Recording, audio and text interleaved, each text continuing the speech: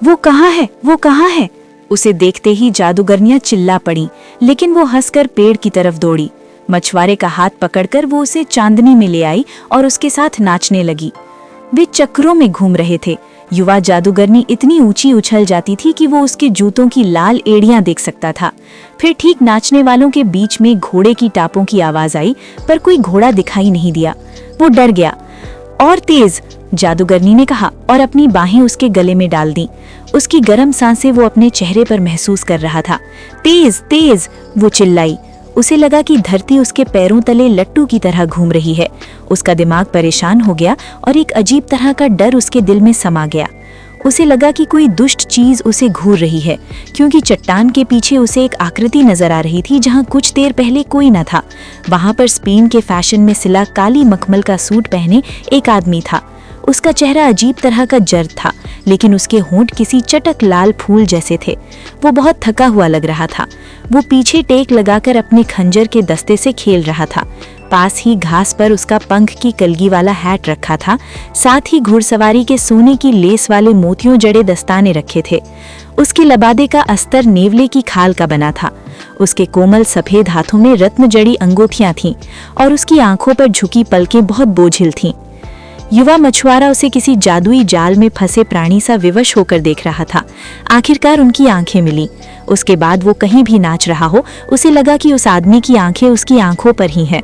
उसने जादूगरनी की हंसी सुनी तो उसे कमर से पकड़कर चक्कर दर चक्कर नाचने लगा। अचानक जंगल में एक कुत्ता भौंका और नाचने वाले सभी रुक गए। वे जोड़ों में चलकर नीचे झुके और उस आदमी के हाथ चूम लिए। तब उस आदमी के गर्वीले होठों पर एक हल्की सी मुस्कुराहट तैर गई, जैसे किसी चिड़िया के पंख पानी को छूकर उसमें हल्की लहरें जगा देते हैं। लेकिन उसमें तिरस्कार भी था। वो लगातार युवा मछुआरे को घूर रहा था। आओ हम पूजा करें, जादूगरनी फुसफुसाई। वो उसे लेकर चली तो उसके पीछे पीछे चलने की किसी प्रबल इच्छा से बंधा वो उसके साथ हो लिया।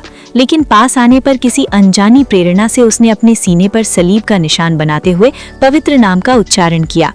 उसके ऐसा करते ही जादूगरनियां बाज की तरह तेज आवाज में चीखकर भाग खड़ी हुईं। उसे घूरने वाले आदमी का पीला चेहरा पीड़ा से विकृत हो गया। पेड़ों के एक झुरमुट के पास जाकर उस आदमी ने सीटी बजाई। चांदी के साज वाला घोड़ा दौड़ता हुआ उसके पास आ गया। काठी पर बैठने के बाद उसने मुड़कर युवा मछुआरे की तरफ उदास आंखों से देखा। लाल जुल्फों वाली जादूगरनी ने भी भागने की कोशिश की, लेकिन मछुआरे ने उसे कसकर पकड़े रखा। मुझे छोड़ दो और जाने दो, वो चिल्लाई, क्योंकि तुमने वो नाम लिया है जो नहीं लेना चाहिए था और वो निशान बनाया है जो नहीं बनाना था। नहीं, वो बोला, जब तक तुम मुझे वो राज नहीं बताओगी मैं तुम्हें जाने नहीं दूंगा। कैसा राज? वो उससे अपने को छुड़ाने के लिए किसी जंगली बिल्ली की तरह संघर्ष करते हुए बोली और अपने झाग भरे होंठ काटते हुए बोली। तुम जानती हो, उसने जवाब दिया। उसकी हरी घास जैसी आंखों में आंसू आ गए। वो मछुआरे से बोली, इसके अलावा मुझसे और कुछ भी मांग लो।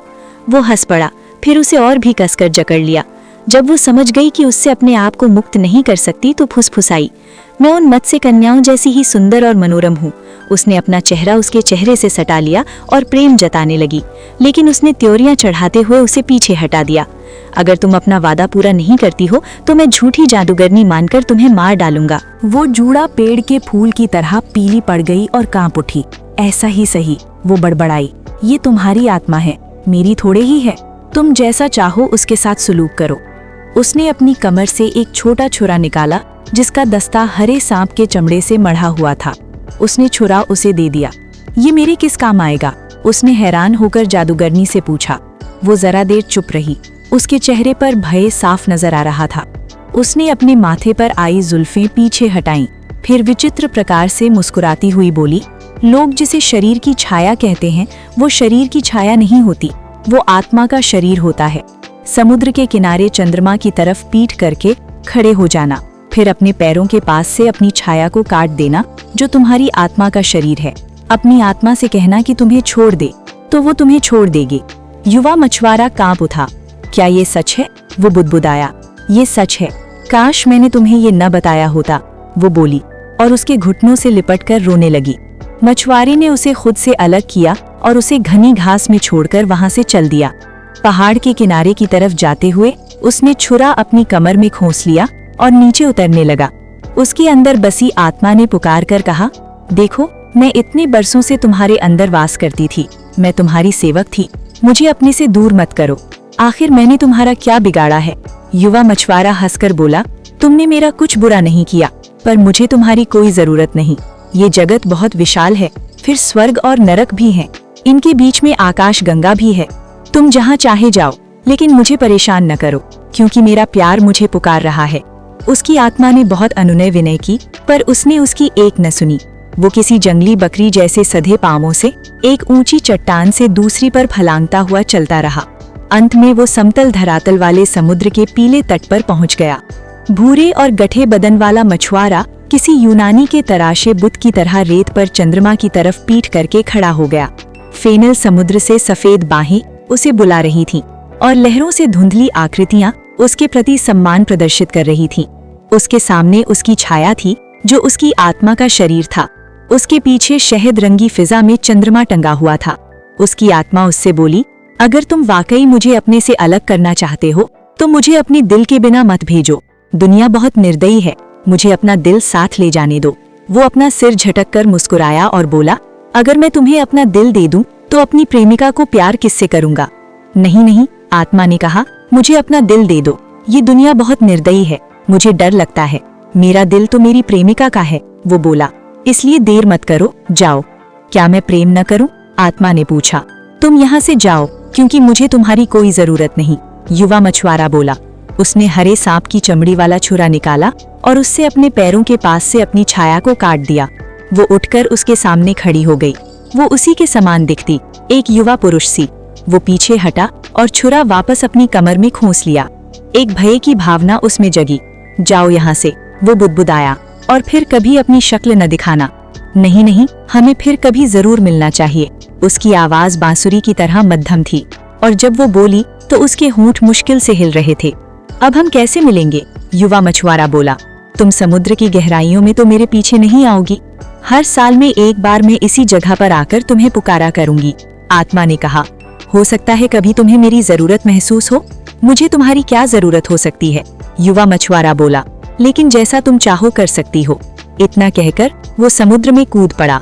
उसका स्वागत तुरही बजाकर किया गया, और छोटी मत्स्य कन्या उससे मिलने के लिए ऊपर आई। उसने मछुआरे के गले में बाहें डालकर उसका चुंबन किया।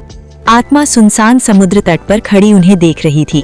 जब वे समुद्र की गहराइयों में अदृश्य हो गए, तो वो रोती हुई दलदली क्षेत्र की तरफ चली गई। ठीक 1 साल बाद आत्मा ने फिर समुद्र तट पर आकर मछुआरे को पुकारा। वो समुद्र तल पर आकर बोला, तुमने मुझे क्यों पुकारा? उसकी आत्मा ने जवाब में कहा, मेरे पास आओ, ताकि मैं तुमसे बात कर सकूं। मैंने बहुत सी अद्भुत चीजें देखी हैं। वो नजदीक आकर समुद्र के उथले पानी पर लेट गया और अपना सिर अपने हाथ पर रखकर उसकी बात सुनने लगा। आत्मा ने उससे कहा, तुम्हें छोड़ने के बाद मैंने पूर्व की यात्रा की। पूर्व से ही सब कुछ समझदारी और ज्ञान वाला आता है। 6 दिनों की यात्रा के बाद 7वें दिन मैं तुर्कों के देश की एक पहाड़ी पर पहुंची। मैं धूप से बचने के लिए एक झाऊ के पेड़ के साए में बैठ गई। जमीन सूखी और गर्मी से तपी हुई थी। लोग मैदान में इस तरह आ जा रहे थे जैसे तांबे की चमकदार चकती पर चींटियां रेंग रही हों। दोपहर होते ही मैदान के सपाट किनारे से लाल धूल का एक बादल उठा। ये देखते ही तुर्कों ने रंगीन धनुषों पर डोरी चढ़ा ली और अपने छोटे घोड़ों पर सवार होकर उसका सामना करने के लिए चल पड़े। औरतें चिल्लाती हुई चौपहिया गाड़ियों की तरफ दौड़ी और नमदे के पर्दों के पीछे छिप गईं। गोधूली के समय तुर्क लौटे, लेकिन उनमें से 5 गायब थे। जो बचे थे उनमें से कुछ ही घायल नहीं हुए। उन्होंने अपने घोड़े गाड़ियों के आगे जोते और जल्दी से वहां से भाग निकले। 3 गीदड़ एक गुफा से निकलकर उनकी तरफ देखने लगे। फिर उन्होंने अपने नथुनों से हवा को सूंघा और विपरीत दिशा में भागे। चांद निकला तो मैंने देखा कि मैदान में एक अलाव जल रहा है। मैं उसकी तरफ चल दी। व्यापारियों का एक झुंड कालीनों पर उसके चारों ओर बैठा था। उनके ऊंट उनके पीछे बंधे हुए थे और उनके हबशी सेवक रेत में तंबू गाड़ रहे थे और ऊंची कटीली बाड़ बना रहे थे। मेरे उनके पास आते ही व्यापारियों का मुखिया उठ खड़ा हुआ। उसने अपनी तलवार म्यान से निकाल ली और मेरे आने का कारण पूछा। मैंने जवाब में कहा कि मैं अपने देश का राजकुमार हूँ और तुर्कों के चंगुल से बच निकला हूँ, जो मुझे गुलाम बनाना चाहते थे। मुखिया मुस्कुराया। उसने मुझे बांस पर टांगे हुए 5 सिर दिखाए। फिर उसने मुझसे सवाल किया कि खुदा का पैगंबर कौन है। मैंने जवाब दिया, मोहम्मद। पैगंबर का नाम सुनते ही उसने सिर झुकाया और मेरा हाथ पकड़कर मुझे अपने पास बैठा लिया। एक हबशी मेरे लिए एक कठौते में भैंस का दूध और उसके साथ भुने गोश्त का एक टुकड़ा ले आया। सुबह होने पर हम अपनी यात्रा पर निकल पड़े। मैं मुखिया की बगल में लाल बालों वाले एक ऊंट पर सवार थी। हमारे आगे आगे एक हरकारा भाला लिए दौड़ रहा था। हमारे दोनों तरफ सैनिक थे और माल से लदे खच्चर पीछे चल रहे थे। इस कारवां में 40 ऊंट थे, खच्चर उनसे 2 गुने थे। हम तुर्कों के देश से चंद्रमा को कोसने वालों के देश पहुंचे। वहां हमने लोगों को अपने सोने की रखवाली करते हुए और विचित्र अजगरों को अपनी गुफाओं में सोते हुए देखा। जब हम पहाड़ों के बीच से गुजर रहे थे तो इस डर से सांस रोके हुए थे कि हम पर बर्फ न गिरे। हर एक ने अपने चेहरे के आगे जाली का नकाब ओढ़ लिया था। जब हम बौनों की घाटी में से गुजरे तो उन्होंने पेड़ों के खोखलों से हम पर तीर छोड़े। रात को हमने जंगलियों को ढोल बजाते सुना। जब हम बंदरों के गढ़ पहुंचे तो हमने उनके सामने फल रख दिए, तब उन्होंने हमें कोई नुकसान नहीं पहुंचाया। जब हम सांपों के गढ़ पहुंचे तो हमने पीतल के कटोरों में उनके लिए गर्म दूध रख दिया, तब उन्होंने हमें जाने दिया। 3 बार हम एक्सिस नदी के किनारे आए। हमने उसे लकड़ी की नावों में पार किया जिनमें चमड़े के पाल लगे थे। दरियाई घोड़ों ने हम पर हमला करके हमें मारने की कोशिश की। हमारे ऊंट उन्हें देखकर कांपने लगे थे। हर शहर के राजा ने हम पर महसूल लगाया, लेकिन हमें अपने द्वार में प्रवेश नहीं करने दिया। वो हमारे लिए दीवार पर से रोटियां, शहद में पकाई टिक्कियां और खजूर से भरी आटे की टिक्कियां फेंकते। हर 100 टोकरियों के बदले हम उन्हें अंबर की एक माला देते। जब गांव वासियों ने हमें आते देखा तो वो अपने कुओं में जहर डालकर पहाड़ों में भाग गए। हम मेगाडे लोगों से लड़े जो बूढ़े पैदा होते हैं, हर साल जवान होते जाते हैं और जब छोटे बच्चे हो जाते हैं तो मर जाते हैं।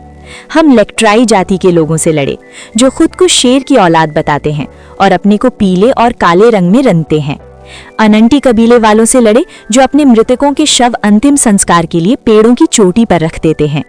वे अंधेरी गुफाओं में रहते हैं ताकि उनका आराध्य सूर्य देवता उन्हें मार न डाले। हम मगरमच्छ की उपासक क्रिमियन लोगों से लड़े जो अपने देवता को हरे शीशे की मुद्राएं देते हैं और उसे मक्खन और ताजी चिड़िया खिलाते हैं। हम कुत्ते के चेहरे वाले अजनबी कबीले वालों से लड़े और घोड़े जैसे खुरों वाले और घोड़ों से भी तेज दौड़ने वाले सीबान कबीले के लोगों से लड़े। हमारे साथ के 1/3 इन लड़ाइयों में मारे गए, 1/3 अभावग्रस्त होकर मर गए। बाकी मेरे बारे में बड़बड़ाए कि मैं उनके लिए दुर्भाग्य हूँ। मैंने एक चट्टान के पेंदे से जहरीला गेहूं सांप पकड़कर निकाला और उसे मुझे काटने दिया। जब उन्होंने देखा कि इसका मुझ पर कोई असर नहीं हुआ तो वे डर गए। चौथे महीने में हम इल्लेल शहर पहुंचे। जब हम नगर प्राचीर के पास वाले बाग में पहुंचे, रात हो चुकी थी। हवा में उमस थी क्योंकि तब चंद्रमा वृश्चिक राशि में था। हमने पेड़ों से पके अनार तोड़े और उन्हें पकाया। हमने उनका रस पिया। फिर हम कालीनों पर लेटकर दिन चढ़ने का इंतजार करने लगे। सुबह होने पर हमने उठकर शहर द्वार पर दस्तक दी। ये काले कांसे का बना था। इस पर समुद्री अजगर और पंखों वाले अजगर की आकृतियां खुदी थीं। संतरियों ने परकोटे से हमें देखकर हमारे आने का कारण पूछा। कारवां के दुभाषी ने जवाब में कहा कि हम सीरिया से आए हैं और हमारे पास बहुत सा माल है। उन्होंने जमानत ली और हमसे कहा कि दोपहर को आपके लिए दरवाज़ा खोलेंगे, तब तक इंतजार करें। जब दोपहर हो गई तो उन्होंने द्वार खोल दिए। हमारे अंदर आते ही हमें देखने के लिए लोग अपने घरों से निकल आए और भीड़ लग गई। सारी शहर में शंखनाद के साथ मुनादी वाले ने सूचना दे दी। हबशियों ने कपड़ों के गट्ठर और गूलर की नक्काशीदार पेटियां खोल दी। जब उनका काम खत्म हो गया तो व्यापारियों ने अपना माल सजाना शुरू किया। उसमें आकर्षक सामान था। उनमें मिस्र की मोमी लिनन थी, इथियोपिया की रंगीन लिनन थी, टायर की बैंगनी स्पंज थे और सिडोन की नीली झालरें थीं। उनमें अंबर के प्याले, शीशे के सुंदर बर्तन और मिट्टी के पकाए हुए आकर्षक भांडे थे। एक घर की छत से बहुत सी औरतों का झुंड हमें देख रहा था। उनमें से एक ने सोने के काम वाला चमड़े का बुर्का पहन रखा था। पहले दिन पुजारियों ने आकर हमारे साथ सौदा किया। दूसरे दिन सामंत आए, तीसरे दिन दस्तकार और गुलाम आए। जितने दिन भी व्यापारी उनके शहर में रहे, उनके यहाँ यही रिवाज है। हम एक पूरा चांद होने तक वहाँ ठहरे। फिर जब चांद घटने लगा तो मैं शहर के रास्तों में घूमता हुआ उनके देवता के बगीचे तक आ गया। वहाँ पीले लबादे वाले पुजारी हरे भरे पेड़ों के बीच से चुपचाप आ जा रहे थे। संगी मूसा की चबूतरे पर देवता का गुलाबी लाल मंदिर था। उसके दरवाजे लाख जड़े थे और उन पर सांड और मोर की सोने की उभरी हुई आकृतियां थीं। उसकी छत हरे रंग की चीनी मिट्टी की थी। उसके बाहर निकले छज्जों से टनटनाने वाली घंटियां बंधी थीं। जब सफेद भाग था वहां से उड़कर जाती तो उनके पंखों आंखों से टकराकर घंटियां बज उठतीं। मंदिर के सामने साफ पानी का एक सरोवर था। उसकी पटरियां धारीदार सुलेमानी पत्थर की बनी थीं। मैं उसके पास लेट गया और अपनी पीली उंगलियों से चौड़ी पत्तियों को छुआ। एक पुजारी आकर मेरे पीछे खड़ा हो गया। उसके पैरों में सैंडल थे, एक सांप की नरम चमड़ी की और दूसरी चिड़िया के पंख की। उसके सिर पर चांदी के नवचंद्रों से सजी टोपी थी। उसके लबादे पर 7 पीली तितलियां कढ़ी हुई थीं। उसके घुंघराले बाल सुरमे से रंगे थे। थोड़ी देर बाद उसने मुझसे बात की और मेरी इच्छा पूछी। मैंने उसे बताया कि मेरी इच्छा देवता के दर्शन करने की है। देवता शिकार पर हैं। पुजारी ने अपनी छोटी छोटी झुकी हुई आंखों से मेरी तरफ देखते हुए जवाब दिया। मुझे बताओ वो किस जंगल में गए हैं, मैं भी उनके साथ शिकार खेलूं, मैंने जवाब दिया।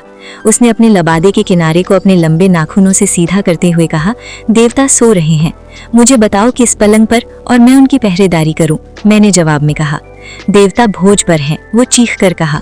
अगर शराब मीठी है तो मेरी उनके साथ पीने की इच्छा है, लेकिन अगर कड़वी तो भी उनके साथ पीने की इच्छा है, मेरा जवाब था।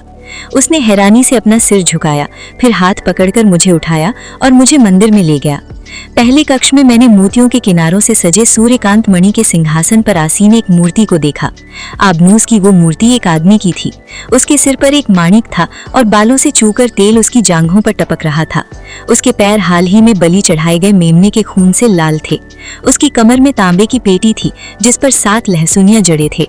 मैंने पुजारी से पूछा, क्या यही देवता है? हाँ, यही देवता है, उसने जवाब दिया। मुझे देवता के दर्शन कराओगे नहीं तो मैं तुम्हें मार डालूंगा। इतना कहकर मैंने उसके हाथ को छुआ तो वो मुरझा गया। इस पर पुजारी ने मुझसे प्रार्थना की, मेरे प्रभु अपने सेवक को ठीक कर दीजिए, फिर मैं आपको देवता के दर्शन कराऊंगा। मैंने उसके हाथ पर फूंक मारी तो वो फिर से पहले जैसा हो गया। वो कांप गया और मुझे दूसरे कक्ष में ले गया। वहां मैंने बड़े बड़े नीलमों से जड़े संगे शब के कमल पर खड़ी एक मूर्ति को देखा। हाथी दांत की ये मूर्ति आदम कद से दुगने आकार की थी। उसके माथे पर एक लहसुनिया जड़ा था।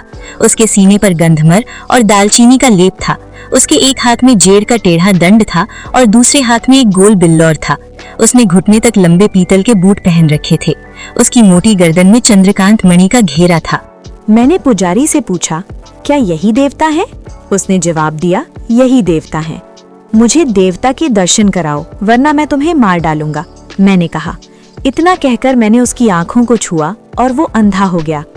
पुजारी ने मुझसे प्रार्थना की, मेरे प्रभु अपने सेवक को चंगा कर दे, फिर मैं उनको देवता के दर्शन कराऊंगा। तब मैंने उसकी आंखों पर फूंक मारी और उसकी दृष्टि वापस आ गई। वो फिर कांपा और मुझे तीसरे कक्ष में ले गया। वहां कोई मूर्ति नहीं थी, ना ही किसी तरह का कोई चित्र था। सिर्फ एक धातु के फ्रेम में जड़ा हुआ आईना वेदी पर रखा था। मैंने पुजारी से पूछा, देवता कहाँ है? उसने जवाब दिया, यहाँ कोई देवता नहीं सिवाय इस आईने के जो आप देख रहे हैं, क्योंकि ये ज्ञान का आईना है। इसमें धरती और आकाश की सभी वस्तुएं प्रतिबिंबित होती हैं। सिर्फ इसे देखने वाले का चेहरा इसमें प्रतिबिंबित नहीं होता। इसे वो प्रतिबिंबित नहीं करता, क्योंकि फिर इसमें देखने वाला ज्ञानी हो जाएगा। इसके अलावा यहाँ और भी आईने हैं, लेकिन वे सम्मति के आईने हैं। केवल यही ज्ञान का आईना है और जिनके पास ये है वे सब कुछ जानते हैं, ना ही उनसे कोई बात छिपी रहती है। जिनके पास ये है वे ज्ञानहीन नहीं होते। इसलिए ये देवता है और हम इसकी पूजा करते हैं। मैंने उस आईने में देखा, वो वैसा ही था जैसा उसने कहा था। फिर मैंने एक विचित्र हरकत की। खैर, मैंने जो किया अब वो बड़ी बात नहीं, क्योंकि जिस घाटी में मैंने वो ज्ञान का आईना छिपा कर रखा है वो यहाँ से 1 दिन की यात्रा की दूरी पर है। एक बार फिर मुझे अपने शरीर में प्रविष्ट होने दो और तुम सारी दुनिया में सबसे अधिक ज्ञानी बन जाओगे। मुझे अपने अंदर प्रविष्ट होने दो और फिर तुम्हारे जैसा ज्ञानी कोई दूसरा न होगा। लेकिन युवा मछुआरे ने हंसकर कहा, प्रेम ज्ञान से बेहतर होता है और छोटी मत्स्य कन्या मुझसे प्रेम करती है। नहीं, ज्ञान से बढ़कर और कुछ नहीं होता, आत्मा ने कहा।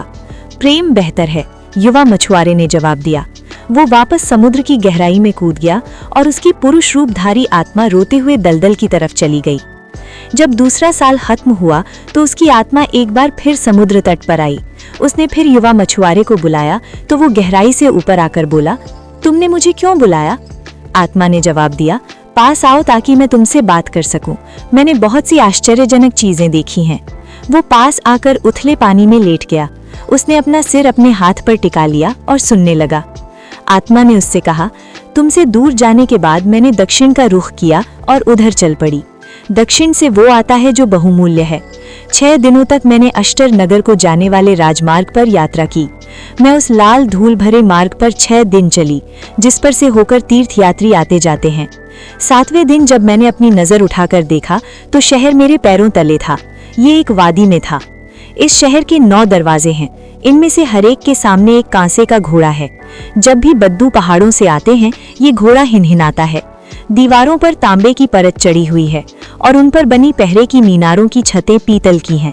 हर एक मीनार पर एक तीरंदाज हाथ में कमान लिए खड़ा रहता है। सुबह होने पर वो एक तीर से घंटे पर चोट करता है और हर शाम एक तुरही बजाता है। जब मैं अंदर जाने लगी तो रक्षकों ने मुझे रोककर पूछा कि मैं कौन हूँ। मैंने जवाब में कहा कि मैं एक दरवेश हूँ और मक्का की यात्रा पर जा रहा हूँ। वहाँ एक हरा पर्दा है और चांदी के अक्षरों में फरिश्तों के हाथ से लिखी कुरान शरीफ रखी है। वे आश्चर्य से भर उठे और उन्होंने मुझे अंदर जाने दिया। अंदर बाजार है। काश तुम मेरे साथ वहाँ होते। वहाँ संकरे रास्तों में कागज के फानूस बड़ी तितलियों की तरह फड़फड़ाते हैं। जब छतों पर हवा चलती है तो वे इस तरह उठते गिरते हैं जैसे रंगीन बुलबुले हों। अपनी अपनी दुकानों के आगे व्यापारी रेशमी कालीनों पर बैठे रहते हैं। उनकी सीधी काली दाढ़ियां हैं और वे सोने की जरी वाली पगड़ियां पहनते हैं। वे अपनी उंगलियों से कीमती मनकों की माला जपते रहते हैं। उनमें से कुछ लाक्षा, बालछड़ और भारतीय द्वीपों से लाए इत्र बेचते हैं। वे लाल गुलाबों का गाढ़ा तेल, नाखूनों के आकार के लौंग और गंधर भी बेचते हैं। जब कोई उनसे बात करने के लिए रुकता है तो वे अंगारों पर चुटकी भर लोबान छिड़ककर हवा को सुगंधित कर देते हैं। मैंने वहां एक सीरियावासी को देखा। उसके हाथ में नरकुल जैसा एक पतला डंडा था। उसमें से सलेटी रंग का धुआं निकल रहा था। जब वो जलता था तो उसका रंग वसंत में बादामों के गुलाबी रंग जैसा हो जाता था। दूसरे व्यापारी चांदी के कंदन बेचते थे, जिन पर नीले रंग के फिरोजे जड़े होते हैं। वे पीतल की तार की छोटे मोतियों जड़ी पाजेब, स्वर्ण जटित बगनखे और व्याघ्रनखे, छेद किए पन्ने के कर्णफूल और उंगली के लिए छेद करके बनाई गई जेड की अंगूठियां बेचते हैं। वहां की चाय घरों से गिटार बजाने की आवाजें आती हैं। सफेद चेहरों वाले अफीमची आने जाने वालों को देखा करते हैं। सच में तुम्हें मेरे साथ होना चाहिए था। चतुर शराब बेचने वाले काले चमड़े की मश के लिए भीड़ में अपना रास्ता बनाते चाहते हैं। उनमें से अधिकांश शहद जैसी मीठी शिराज की शराब बेचते हैं। वे इस पर गुलाब की पंखुड़ियां छिड़ककर धातु के छोटे प्यालों में अपने ग्राहकों को देते हैं। मंडी में खड़े फल विक्रेता तरह तरह के फल बेचते हैं। वे बैंगनी छिलके वाली पकी अंजीरें, टोपास जैसे पीले, कस्तूरी जैसी खुशबू वाले खरबूजे, गलगल और गुलाबी सेब, सफेद अंगूरों के गुच्छे, गोल सुनहरे लाल संतरे, हरी सुनहरे नींबू बेचते हैं। एक बार मैंने एक हाथी जाते देखा। उसकी सूंड हल्दी और सिंदूर से सजी थी और उसके कानों पर लाल रंग की रेशमी जाली थी। वो एक दुकान के सामने खड़ा हो गया और उसके संतरे खाने लगा। लोग सिर्फ हंस रहे थे। तुम सोच भी नहीं सकते कि वे लोग कैसे विचित्र हैं। जब वे खुश होते हैं तो वे पक्षी बेचने वाले के पास जाकर पिंजरे में बंद पक्षी खरीदते हैं और उसे मुक्त कर उड़ा देते हैं ताकि उनकी खुशी और भी बढ़ जाए। जब वे दुखी होते हैं तो अपने आप को कांटों से कोंचते हैं ताकि उनकी पीड़ा कम ना हो जाए। एक शाम मैंने कुछ हबशी बाजार में एक भारी पालकी ले जाते देखे। ये सुनहरे काम वाले बांसों की बनी थी और इसके डंडे लाख जड़े थे, जिन पर पीतल के मोर बने हुए थे। उसके झीने पर्दों पर नन्हे मोतियों से सुंदर कढ़ाई की हुई थी। जब वो पास से गुजरी तो एक पीले चेहरे वाली मायावी औरत ने मुस्कुराकर मेरी तरफ देखा। मैंने पालकी का पीछा करना शुरू कर दिया। हबशियों ने अपनी चाल तेज कर दी और मुझ पर गुर्राए, पर मैंने इसकी परवाह नहीं की। एक अजीब सी उत्सुकता मुझ पर हावी हो गई थी। अंत में वे एक चौकोर से सफेद घर पर रुके।